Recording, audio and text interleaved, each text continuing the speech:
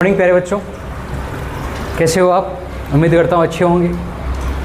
हमारे channel SK best classes में आपका हार्दिक स्वागत है, अभिनंदन। सबसे पहले कक्षा 12th की मैथमेटिक्स हम स्टार्ट करने जा रहे हैं। सबसे पहले ध्यान रखना कि हमारा आज का टॉपिक क्या है, सिलेबस के बारे में चर्चा करनी है। सिलेबस क्या है?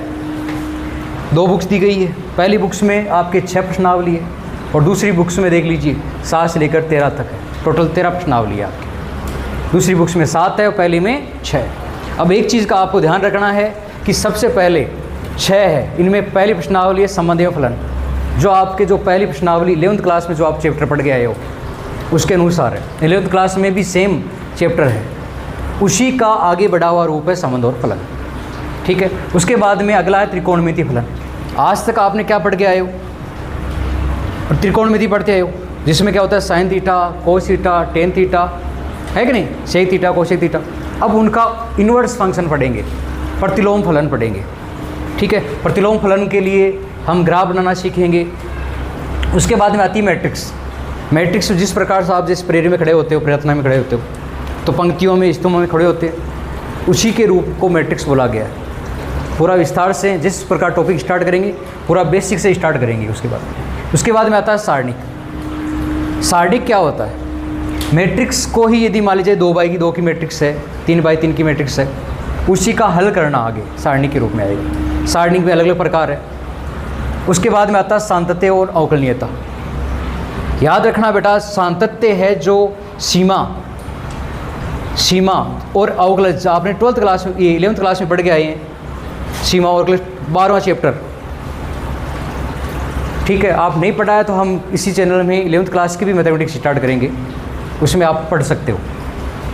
अवकलन, यदि आपको अवकलन आ रही है तो अगली प्रश्नावली अवकलन के अनुप्रयोग है।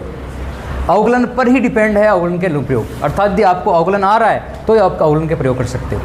अब यदि अवकलन आ रहा है तो अवकलन का उल्टा क्या है? समाकलन है बेटा। क्या है समाकलन? समाकलन को किस प्रकार से करेंगे?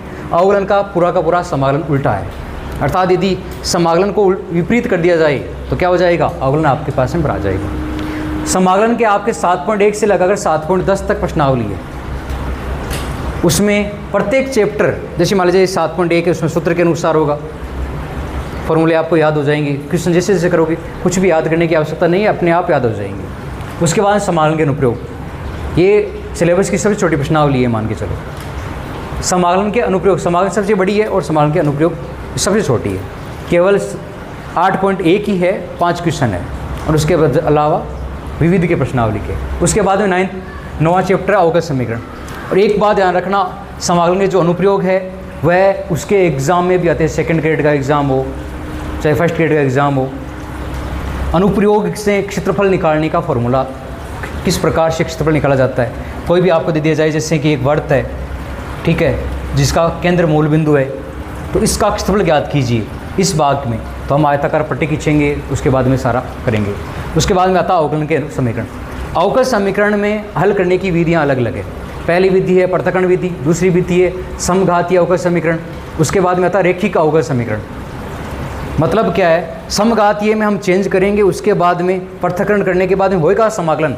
इसका मतलब यदि समाकलन आ रही है तभी ये 8वीं आएगी और ये 9वीं आएगी। उसके बाद में 10वीं सदिश, जो आप फिजिक्स में भी पढ़ते हो, सदिश राशियाँ कौन सी होती है, अदिश राशियाँ कौन सी होती है, उनके बारे में। उसके बाद में आता है 11th चैप्टर त्रिविमीय आवृत्ति, अर्थात 3D, त्रिविमीय ज्यामिति 3D। 3D में आपको पढ़ना पड़ेगा कि जैसे मान लीजिए 2 बिंदु दिए गए हो।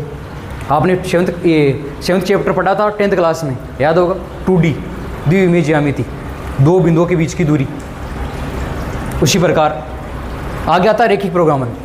यदि आप BSc करते हो, आगे जाते हो, तो इस रैखिक प्रोग्रामन का आपकी जब होता क्या, प्रैक्टिकल होता है।